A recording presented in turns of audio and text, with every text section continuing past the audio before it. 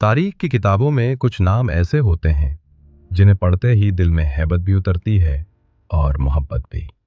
वो सिपह सालार जिसके सामने क्रूसेड की लाखों की फौजें कांपती थीं। वो बादशाह जिसने जेरूसलम फतह किया मगर बदला नहीं लिया। सोचिए, एक ऐसा विजेता जो दुश्मनों को भी अमान दे, जो तलवार से ज्यादा रहमत से जीतता हो। कौन था वो? कैसा था उसका दिल? और क्यों आज भी मुसलमान ही नहीं बल्कि गैर मुस्लिम इतिहासकार भी उसे इंसाफ का सबसे बड़ा प्रतीक मानते हैं? ये है सलाहुद्दीन अय्यूबी रहमतुल्लाह अलैह का वाकया। एक ऐसी दास्तान जहां जंग भी है, जुद भी, इबादत भी और इस्लामी अखलाक की बुलंदी भी। 12वीं सदी मुस्लिम दुनिया इंतशार का शिकार थी। बैतुल मुकद्दस जो हजरत उमर फारूक रजी अल्लाह के दौर में अमन से फतह हुआ था, अब क्रूसेडरों के कब्जे में था। मस्जिद अक्सा जिसे अंबिया की नमाजगाह कहा जाता है, उसकी हुर्मत पामाल हो चुकी थी। मुसलमान बिखरे हुए थे, सल्तनतें अलग, इरादे कमजोर। ऐसे दौर में अल्लाह ने एक बंदे को चुना जिसका असल नाम था यूसुफ बिन अय्यूब, मगर दुनिया उसे जानती है सलाहुद्दीन अय्यूबी के नाम से। उसकी जिंदगी सिर्फ फतह की कहानी नहीं बल्कि नीयत, सब्र और तौबा की भी कहानी है। सन 1137 या 1138 तकरीबन तिकरित इराक का इलाका, एक कुर्द मुस्लिम खानदान में यूसुफ बिन अय्यूब की पैदाइश हुई। उसके वालिद नजमुद्दीन अय्यूब और चाचा शिरकू दोनों बहादुर फौजी थे। बचपन से ही घर का माहौल दीनदार था। कुरान, फिक्र, हदीस और जिहाद का सही मकसद उसे तलवार चलाने से पहले नीयत की सफाई सिखाई गई। कहा जाता है वो शुरू में जंग का शौकीन नहीं था। इल्म और दीन उसे ज्यादा अजीज थे, मगर अल्लाह अपने बंदों से वही काम लेता है जिसके लिए उन्हें पैदा करता है। दौर था नूरुद्दीन जंगी का, जो शामी इलाकों का ताकतवर मुस्लिम हुक्मरान था। उसने क्रूसेडरों के मुकाबले के लिए मिस्र की तरफ ध्यान दिया। सलाहुद्दीन के चाचा शिरकू मिस्र भेजे गए। यहीं से सलाहुद्दीन की असली जिंदगी शुरू होती है। मिस्र उस वक्त फातिमी खिलाफत के अधीन था। सियासी साजिशें, अंदरूनी बगावतें, हर तरफ फसाद। शिरकू के इंतकाल के बाद सलाहुद्दीन को वजीर बना दिया गया।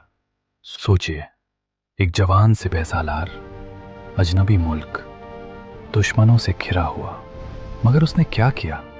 सबसे पहले मस्जिदों को आबाद किया, सुन्नी इल्म को जिंदा किया और आखिरकार फातिमी खिलाफत का खात्मा कर मिस्र को अब्बासी खिलाफत से जोड़ दिया। ये सिर्फ सियासी जीत नहीं थी, ये उम्मत की एकता की बुनियाद थी। अब सलाहुद्दीन सिर्फ मिस्र का वजीर नहीं था, वो एक मिशन का सरदार बन चुका था। मकसद साफ था, बैतुल मुकद्दस की आज़ादी। मगर वो जानता था बिखरी हुई उम्मत जेरूसलम आज़ाद नहीं करा सकती। इसलिए उसने पहले मुस्लिम इलाकों को जोड़ा। मिस्र, शाम, हल्ब, मोसुल। सियासत, सुलह और कभी जंग, मगर हर जगह उसका अखलाक लोगों के दिल जीत लेता। वो रातों को तहज्जुद पढ़ता, दिन में फौज संभालता। कुरान की तिलावत उसकी रूह की ताकत थी। उसने फौज को सिर्फ हथियार नहीं, ईमान भी दिया। सन 1187 मुकाम हट्टीन का मैदान, क्रूसेडर फौज भारी हथियारों से लैस। उनके साथ था सलीब आजम, जिसे वो बरकत की निशानी मानते थे। सलाहुद्दीन ने पानी के रास्ते बंद कर दिए। गर्मी, प्यास, थकान, दुश्मन टूटने लगा। फिर वो लम्हा आया, मुस्लिम फौजों ने हमला किया। इतिहास गवाह है, ये सिर्फ फौजी जीत नहीं थी, ये ईमान की जीत थी। क्रूसेडर फौज शिकस्त खा गई, उनका बादशाह कैद हुआ और सलीब आजम मुसलमानों के हाथ आ गया।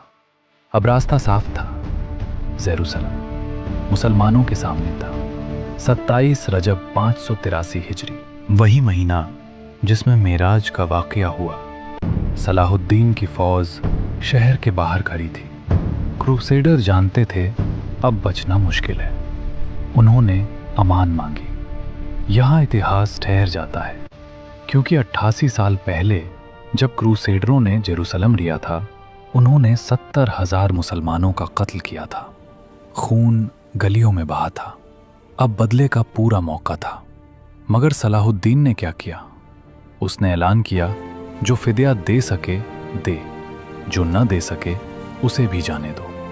औरतों को अमान, बुजुर्गों को अमान, बच्चों को अमान, यहाँ तक कि कई गरीब ईसाइयों का फिदिया सलाहुद्दीन ने अपनी जेब से अदा किया। जब वो मस्जिद अक्सा में दाखिल हुआ तो रो पड़ा, सजदा किया, शुक्र अदा किया। कोई तकब्बुर नहीं, कोई घमंड नहीं, बस एक बंदा अपने रब के सामने झुका हुआ। सलाहुद्दीन अय्यूबी की जिंदगी सिर्फ जंगों की फहरिस्त नहीं, ये अखलाक की तालीम है। उसने हमें सिखाया, फतेह तलवार से नहीं, नीयत से मिलती है। दुश्मन को हराना आसान है, नफ्स को हराना मुश्किल। उसने बदला ले सकता था मगर रहमत चुनी। ताकत थी मगर तकब्बुर नहीं। दौलत थी मगर मौत के वक्त उसके पास कफन तक के पैसे नहीं थे। उसकी जनाजे में उसकी तलवार नहीं, उसकी अमानतदारी रो रही थी। आज जब उम्मत फिर बिखरी है, हमें फिर किसी सलाहुद्दीन की ज़रूरत नहीं, बल्कि सलाहुद्दीन जैसा ईमान चाहिए। अगर नीयतें पाक हों तो अल्लाह फिर हालात बदल देता है।